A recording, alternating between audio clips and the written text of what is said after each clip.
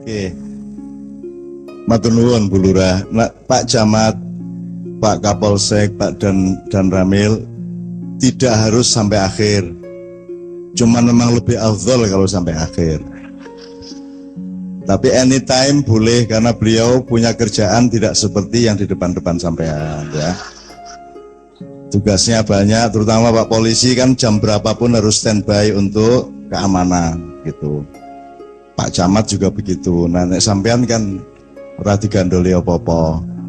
Oke, gini, sebelum kita teruskan, nanti saya juga mohon kepada Bapak berselang-seling dengan lagu, dengan kegembiraan. Ojo ngopo-ngopo nek ora gembira ya. Kowe sembayang karo ngersulo malah malaikate wegah nyatet suruh ngersulo kayak gitu.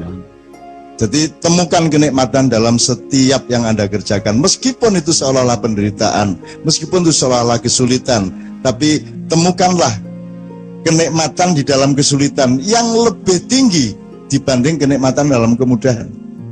Wis nek ora percaya dolek ono. Kenikmatan dalam kesulitan itu lebih mendalam dan lebih tinggi dan lebih nyamleng daripada kenikmatan di dalam kemudahan.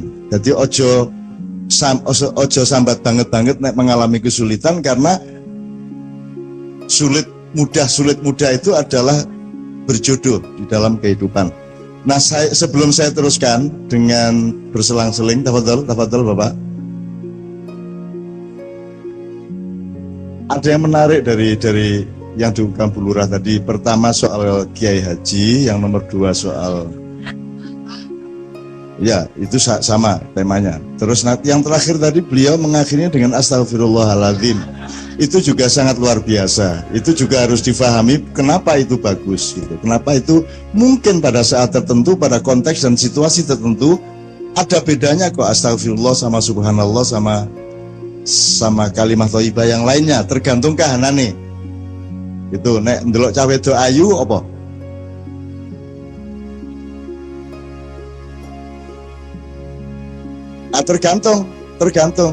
Tergantung kahanane hatimu piye.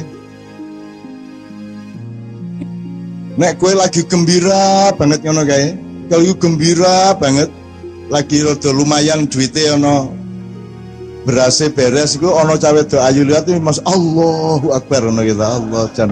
Wah, memuncak lah itu.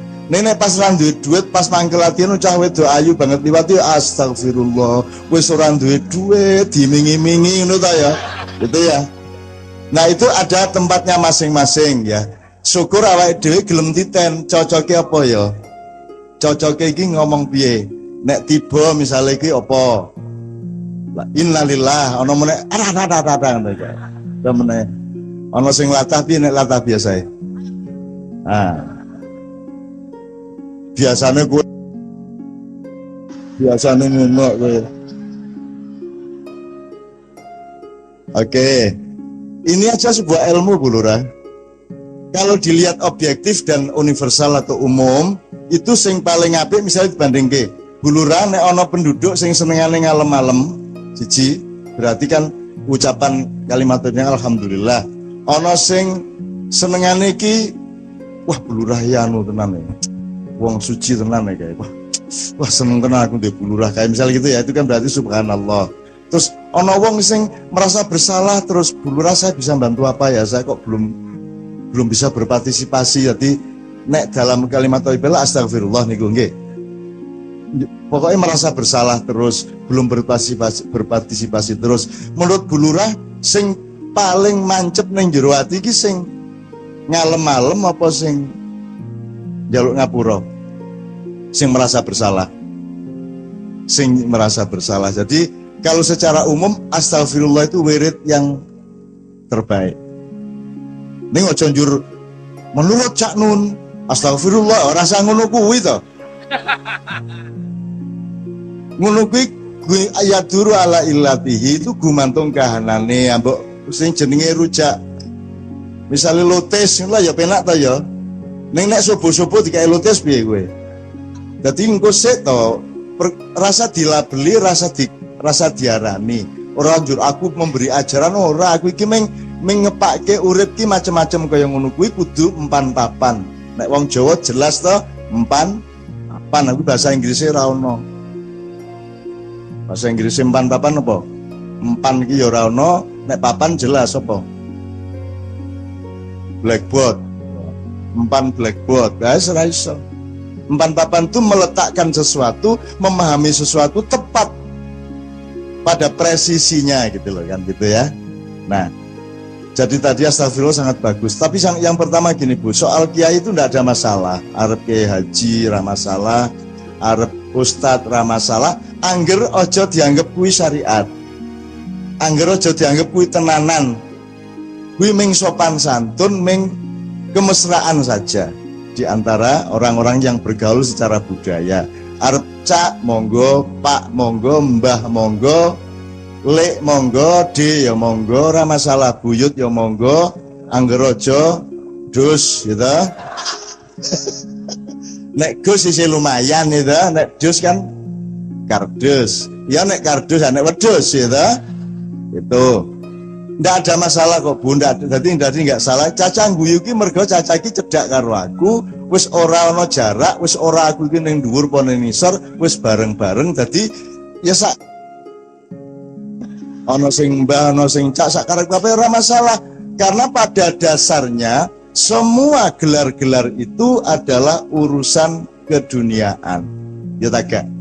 Kowe disebut dokter ming mergo kowe tau kuliah, gawe disertasi, dan kui ora penting kok. Sing penting outputnya nang masyarakat piye, kui migunani apa ora kan ngono kan gitu. Wedhus sing kok beles mben ki kan ora penting jenenge sapa, ora njur iki sapa ya sing duwe biyen iki anak turune sapa ya, lah ora sah to, ora kok dolek to watone wedhus kui ikhlas dibeleh ya kok lus-lus ngene. Ya Latif, ya Latif, ya Latif, ya Latif, turu kok blesret. Orang perlu identitas wedhuse. Sing penting migunani dinggo.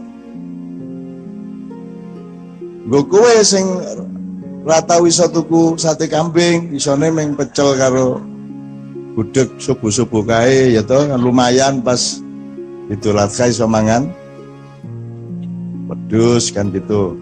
Jadi tidak penting identitasnya Bu. Jadi aku kiai ya monggo, aku sak karepe ora masalah, sak penake Bu Lurah ngundangi piye Mas ya ora apa-apa. Utamane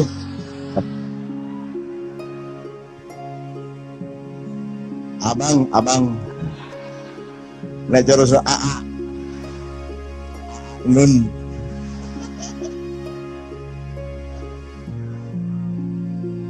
alah jeneng kudu Mahmud. Nek Mahmud iki wis payah wis. Jeneng Mahmud ya njuk anak aja jenenge Mahmud Pak. Kan jeneng ya Mas, wah wis payah cah-cah wis. Cah-cah kuwi ning kuwi kemesraan ya. Ora njur digawe nang ora njur ana Pak Carik jenenge Mahmud njur liwat ngarepe kantore. Ya itu empan papan, semua ada tempatnya masing-masing. Kebenaran pun tidak bisa selalu diungkapkan kalau tidak empan papan. Ono bener kudu bener. Jadi orang itu bener neng ora bener. Ono wong mripate siji One Ice Jack. Nek ning kene jenenge nek Jawa Timur jenenge Kece, nek di Jawa Timur. Nek Jakarta Kece iki ayu, ya toh? Apa meneh nek ono bar kene tahu ketembak polisi zaman nyopet kae ya ta njur kene belong apa jadi codet. Nek ning di Jombang ada namanya mat belong, mergo tahu ditembak polisi niki wau. Dan nek nang pasar iku nggawa sarung Pak, sak ketemune lebokke sarung. Dadi buali nggawa gembolan campur mercon, campur sendok, campur telo, campur sembarang le ngutil niku. Iki jenenge mat belong. Ning belongo ning ngrasa kok onekke belong to. Long nang dilong ngono kuwi. Lah ora perlu to. Ana wong pincang njur nanti cang, lak entuk to. Meskipun benar bahwa dia pincang, dadi kuwi jenenge empan. Oke, jadi Bu, sekali lagi soal kiai tadi tidak ada masalah. Cuman kalau mau faktanya yang disebut kiai kanjeng adalah gamelannya, bukan Orangnya ini tidak ada namanya, jadi grupnya itu tidak ada namanya. Cuman karena harus ada sebutan kalau diundang, maka ya disebut Kiai Kanjeng, padahal Kiai Kanjeng adalah nama gamelan.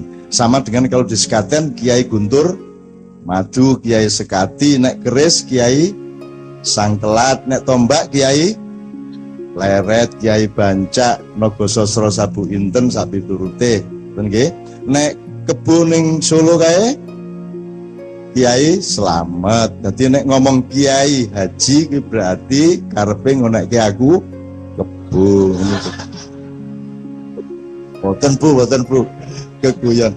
Pokoknya kabeh nek wis cedak atine kan geguyon ki apik to. Geguyon ki mesra. Jadi asal outputnya kemesraan. Kemesraan kan guyon ki apik. Sing marake menungso guyu ki sapa? Sing kok menungso duwe takdir guyu ki sing gawe sapa? Apa njur nek guyu tidak agamis ngono? Tidak religius. Loh, kecuali pas ngimami guyu, niku sing pancen Rahman Rahim. Malik yaumiddin, niku kudu enten itu. Ya ta? Angger empan papan ra masalah. Ora njur aja meneh kok wong urip biasa. Pak polisi wae guyu apik kok, mosok polisi ora entuk guyu. Dan Ramil ora entuk guyu karo bojone menteleng. Bojone begitu Pak Dan Ramil teko omah, siapa? Kapan saja? Siap. Langsung ya siap. Ya orang ngono kuwi ya ta. Ya ta? Bu, jadi sekali lagi ndak apa-apa ya. Ndak apa-apa Bu, terserah jenengan sing penak piye. Nomor loro saiki tak singkat. Ana 3 astagfirullah wis. Nomor itu sing pertama iki mau sing Kiai Ustadz Haji. Iki juga ndak apa-apa, asal jangan dianggap itu profesi saya. Minggu aku njaluk kuwi to.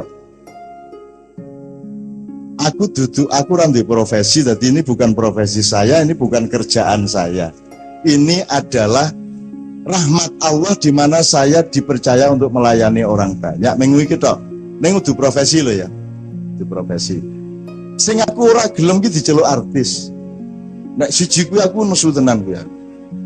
Mbak Via bojoku ya ngono, pokoke ora gelem. Angger diceluk artis langsung juga artis. Karena artis itu pelukis. Dalam bahasa Inggris, art itu lukisan, artis itu pelukis. Di Indonesia artis sapa wae anggere wis tau ning TV dadi artis ngono kuwi. Lagune yo endi? Ya to. Kok bae sapa yang dangdut lanang kae sing dino ning TV kae. Sapa kae lah pokoke ya.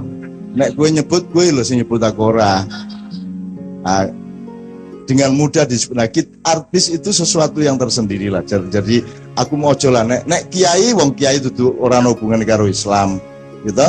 Nek kiai kan ya wong keris ya disebut. Ini itu kan bahasa Jawa dan cara orang Jawa menghormati sesuatu, tidak hanya orang tapi barang pun. Jadi akekmu kiai apa? Kiai apa? Kok jenenge dhewe to? Ora apa jeneng ana dhewe wong akek. Anak buahmu jeneng-jeneng ana dhewe, wong liya ngarani pecah sewu ya ben, ngarani ya ben, kowe kok jeneng-jenengi dhewe, kok atur-atur dhewe, kok pidatoni dhewe. Angger esuk kene ngene iki, kowe manut aku dina iki le. Aku lagi golek duit tenan iki nggo bayar motor iki, nek orang nguntungi aku tak buang tenan lho iki. Nah, ngono, aja njur kowe sing tergantung. Aku keduyan nganggo akeh, ning anak buahku akeh.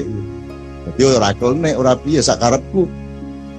Pokoknya apa saja yang bersama saya ajak untuk mendekat kepada Allah, saya ajak untuk mencari kemaslahatan hidup, saya ajak untuk menggembirakan semua orang. Kan ngono. Oke. Jadi yang terakhir Bu soal jilbab. Bu aku seneng tenan ana lurah jilbaban, seneng. Nggih, Pak nggih. Dia malah ngomong ayu lho. Aku rawani ngomong ya wah, kita rahasiakan ya udah. Terus mencoroti memang tak tahan ya, malah camate ya. Pak malah dan Ramile, malah dan Ramile malah ayu. Oke, soalnya tentu saya dulu Sebelum ibu lahir saya urusan sama jilbab. Zaman biyen. Jadi zaman biyen ora ono siji-siji yo, jamane kok lurah. Ora ono wong jilbaban. Saiki 2015 ditambah 20 tahun. 35 tahun yang lalu belum ada orang jilbaban. 30 tahun yang lalu si jilbaban siji loro. Dian jilbaban ki dilarang di kantor-kantor pegawai negeri, tidak boleh dulu jilbaban. Di kementerian-kementerian, departemen-departemen tidak boleh jilbaban. Dosen tidak boleh jilbaban, guru dikeluarkan kalau pakai jilbab waktu itu. Tahun 70-an, 80-an awal. Ya. Karyawan toko di Jalan Solo, di Malioboro kalau pakai jilbab dikeluarkan oleh jerakan-jerakannya. Bahkan kalau pamit sholat maghrib juga tinggal-ngel pada waktu itu di zaman Pak Harto. Nah saya alhamdulillah sama teman-teman ini Pak Nevi, Pak Joko dan teman-teman waktu itu di Patang Puluhan, saya bikin gerakan lautan jilbab. Aku nekat wongki kolam jilbab urung karuan, aku nekat lautan jilbab. Pokoke ning ndi sok-sok jilbab ngono aku nekat aku. Akhirnya Gusti Allah mesake aku to. Wah, kae wis kadung ngomong lautan ya, yuk gawe lautan yuk. Ayo bril kono bril dilautke kir ngono kuwi. Akhire saiki lautan jilbab. Ning ndi jilbaban kabeh. Ning ndi saiki hampir 90%. Di mana-mana alhamdulillah. Saya keliling kemana-mana membuat drama dan puisi lautan jilbab, dan itu rekor terbesar adalah penonton teater di Indonesia adalah penonton lautan jilbab di Stadion Madiun pada waktu itu sekitar 35.000 sampai 40.000 orang yang nonton. Belum pernah ada teater yang nonton sebegitu banyak orang. Bal-balan we ora semono kuwi. Nah, terus saya ikut ke pengadilan Pak Polisi, ke pengadilan nek ana bocah jilbaban jur dituntut segala macam, saya ikut teman di pengadilan dan seterusnya. Suwe-suwe alhamdulillah iso mboko sidik dan sekarang alhamdulillah jilbab di mana-mana. Ya memang ada yang lemah, ada yang masih ada kurang, ya jilbaban yo katok ya Allah. Ya aduh. Wah, kene jilbab iki kene ora. Wah. Pak Dan Ramil seneng banget ya. Dia batin tujune sing dijilbabi kok ndhuwure itu kan. Nah ini sore ciloko iya gitu. Ya oke, ada gini. Jadi dalam hidup ini Bu Lurah dan Bapak sekalian, ojo kuatir nek ono barang sing elek, sebab bersamaan dengan itu mesti ada lahir kebaikan juga. Ojo wedi. Ono sing melorot, ana menurun, ada yang mengalami degradasi, tapi jangan khawatir, pada saat yang sama selalu terjadi kebangkitan-kebangkitan. Jadi ono barang elek mesti ono sing apik sing cukul juga. Ono barang sing salah mesti ono sing bener yang cukul juga. Ada generasi muda yang hancur karena narkoba, karena macam-macam, tapi jangan khawatir, yang di depanmu nih Bu adalah cahaya matahari masa depan Republik Indonesia. Gitu loh. Iki caca iki ngopo coba rene iki? Coba ngopo coba Bu? Nek ora ilham dan hidayah dari Allah Subhanahu wa taala. Betul enggak? Coba ngopo? Karena di sini mereka mendapat harapan dari Allah. Inna nazzalna dzikra wa inna lahu lahafidun. Biasanya diterjemahkan karena Allah yang menurunkan Al-Qur'an, maka Allah yang menjaga Al-Qur'an. Wani ora memperluas iki. Nek Qur'ane dijaga masa Islame ora? Apa yang ming Qur'ane kuwi tok ning Islame ora? Apa Islam dijaga ning wonge ora? Jadi kalau dzikra dipersempit atau dikontekstualisasikan menjadi Al-Qur'an, sesungguhnya dia juga berlaku untuk yang lain. Angger jenengan wis melaku di jalan yang benar seperti ini, yakinlah bahwa Allah melindungi Anda semua. Jok kuatir Bu Lurah. Jok kuatir. Kui otomatis. Nek kowe njaga pitik kuwi ya sak sikile, ya sak ndase, ya sak lare, ya sak brutune. Ah, kowe kok sing kelingan kok brutu kowe. Kowe jadi punya kepekaan khusus terhadap brutu ya. Jadi itu jenenge sindroma brutu kayak gitu ya. Nyenengke ya. Padha karo tombatine lho Bu. Apa tombuati siji macorkan sama maknane loro salat wingi lakonono nomor 3 wong kang saleh kumpulan nomor 4 petengira ingkang luwe nomor 5 zikir wengi ingkang suwe.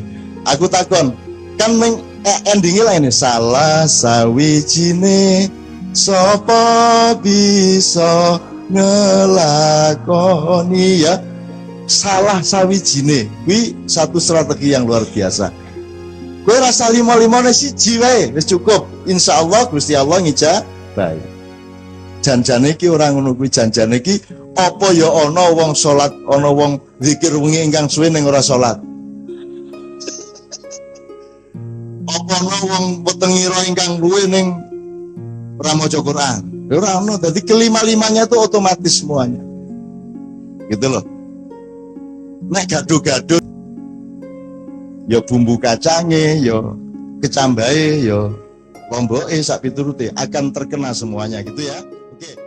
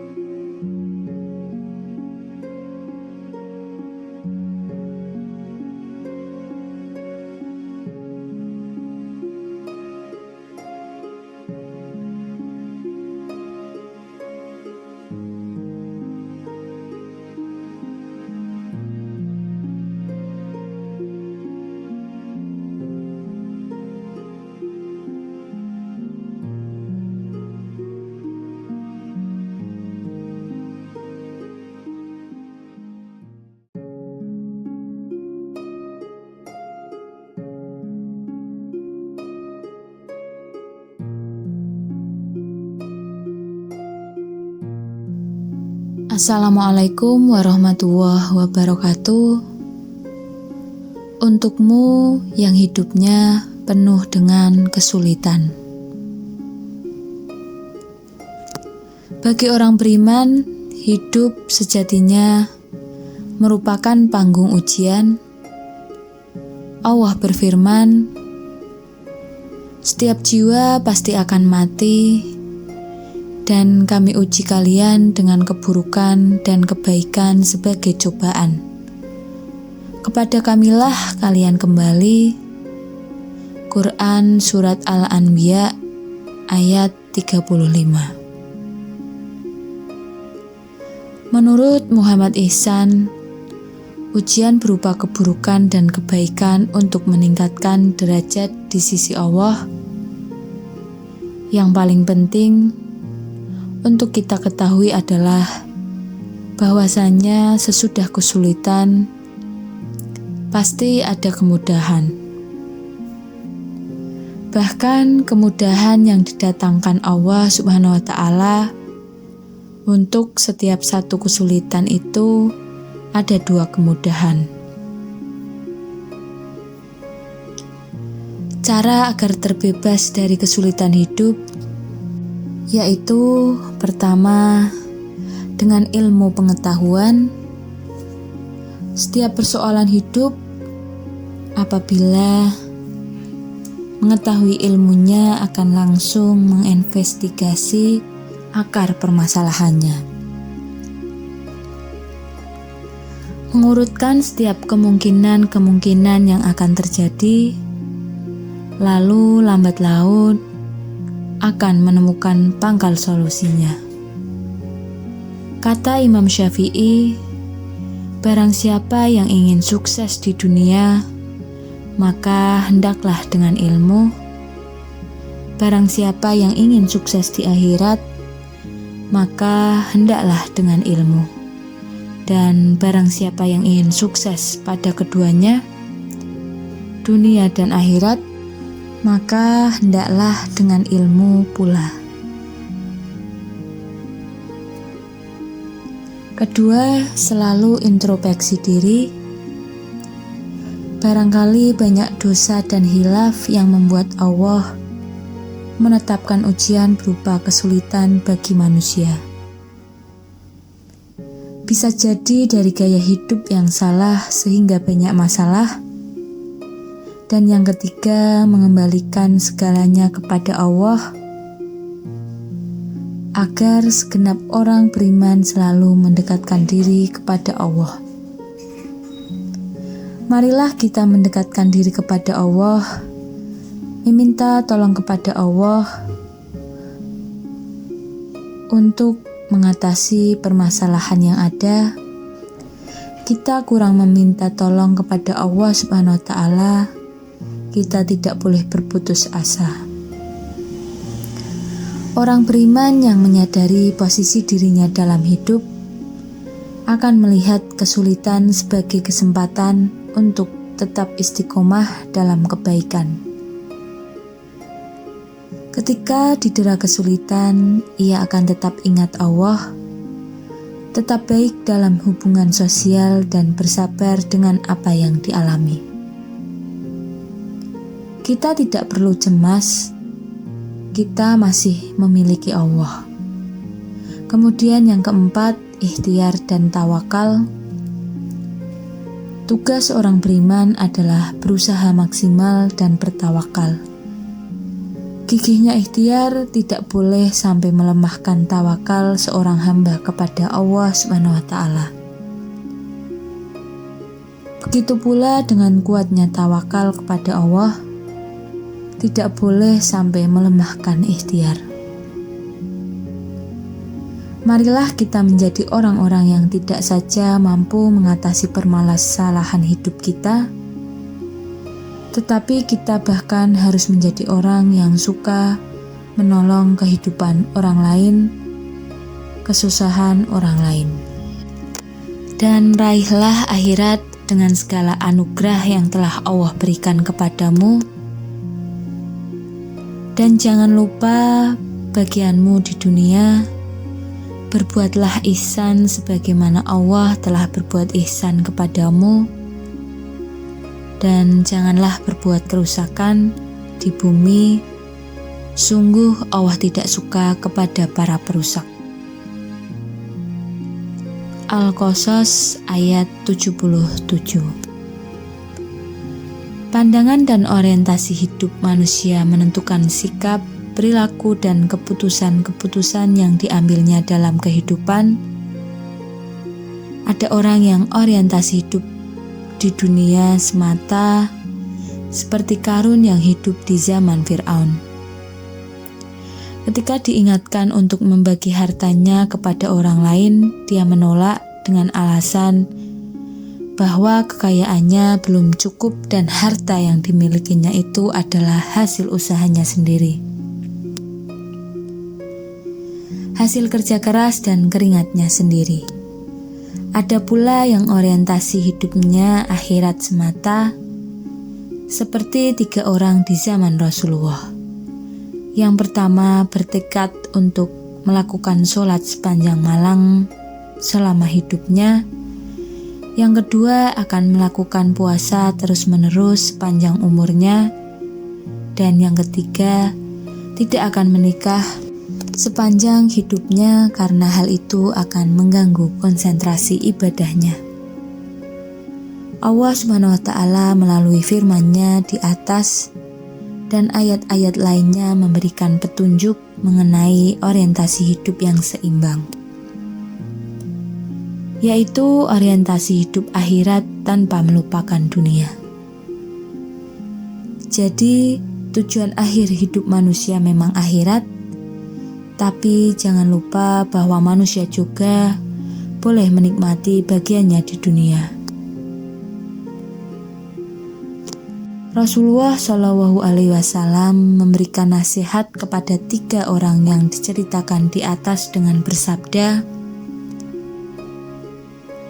"Aku adalah orang yang paling bertakwa di antara kalian, tapi aku tetap tidur di malam hari, makan di siang hari, dan tetap menikah."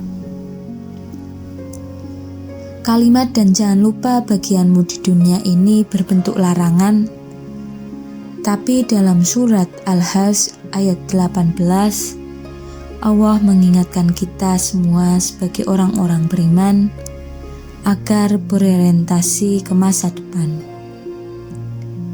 Hai orang-orang yang beriman, bertakwalah kepada Allah, dan hendaklah setiap diri melihat apa yang sudah Dia siapkan untuk hari esok, dan bertakwalah kepada Allah.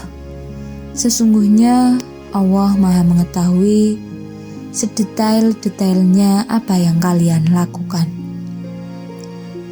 Hari esok dalam wacana Al-Quran bukan hanya dalam hitungan hari, bulan, ataupun tahun, bahkan kurun, tapi menembus keluar batas kehidupan dunia sampai di akhirat. Jadi hari esok kita adalah hari akhirat kita, masa depan kehidupan kita adalah kehidupan akhirat yang dimulai dengan hari kiamat, dan hari kiamat itu adalah hari perhitungan atau yaumul hisab.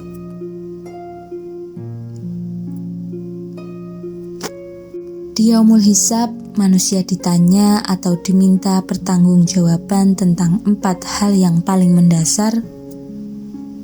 Pertama, tentang umurnya, dengan apa dia mengisinya, untuk sesuatu yang bermakna atau sesuatu yang sia-sia.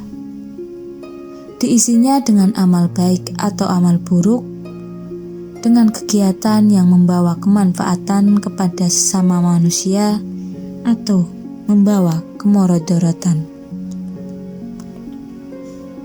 Kedua, tentang jasadnya, untuk apa dia gunakan, kemana kakinya melangkah, menuju surga atau neraka, tangannya digunakan untuk membangun atau merusak, matanya, telinganya, dan semua anggota badannya digunakan untuk kebaikan atau keburukan.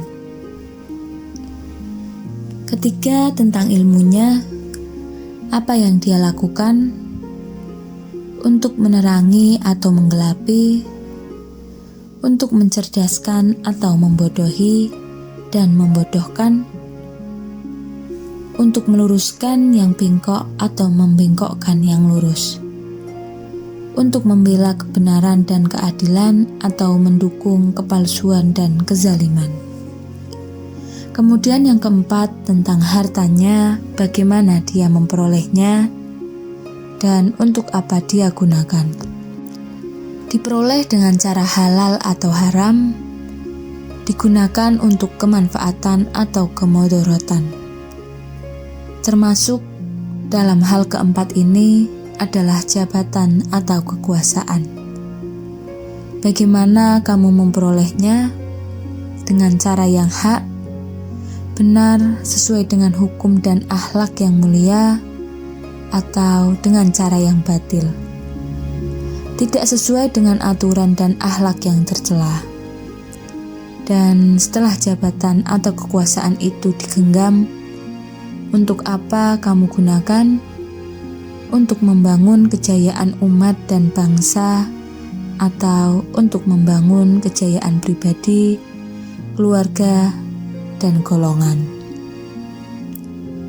Inilah 4 hal yang perlu direnungkan oleh setiap manusia, karena tidak seorang pun yang bisa melepaskan diri dari pertanggungjawaban di hadapan Allah Subhanahu wa Ta'ala. Adapun pesan kedua yang terdapat dalam firman Allah di atas adalah, berbuatlah ihsan sebagaimana Allah telah berbuat ihsan kepadamu. Hidup di dunia ini adalah masa manusia menanam, sedangkan di akhirat adalah masa kita memanen. Maka Allah memberikan petunjuk kepada manusia agar memperbanyak berbuat ihsan selama hidup di dunia. Kata ihsan sengaja diterjemahkan dengan kebaikan karena ihsan lebih dari sekedar kebaikan. Ihsan adalah kebaikan luar biasa, memberi lebih dari kewajiban, mengambil kurang dari hak, itulah ihsan. Mengendalikan amarah dan memaafkan adalah contoh lain dari ihsan. Dalam ayat ini, manusia diperintahkan untuk berbuat ihsan sambil diingatkan bahwa Allah pun berbuat ihsan kepada mereka.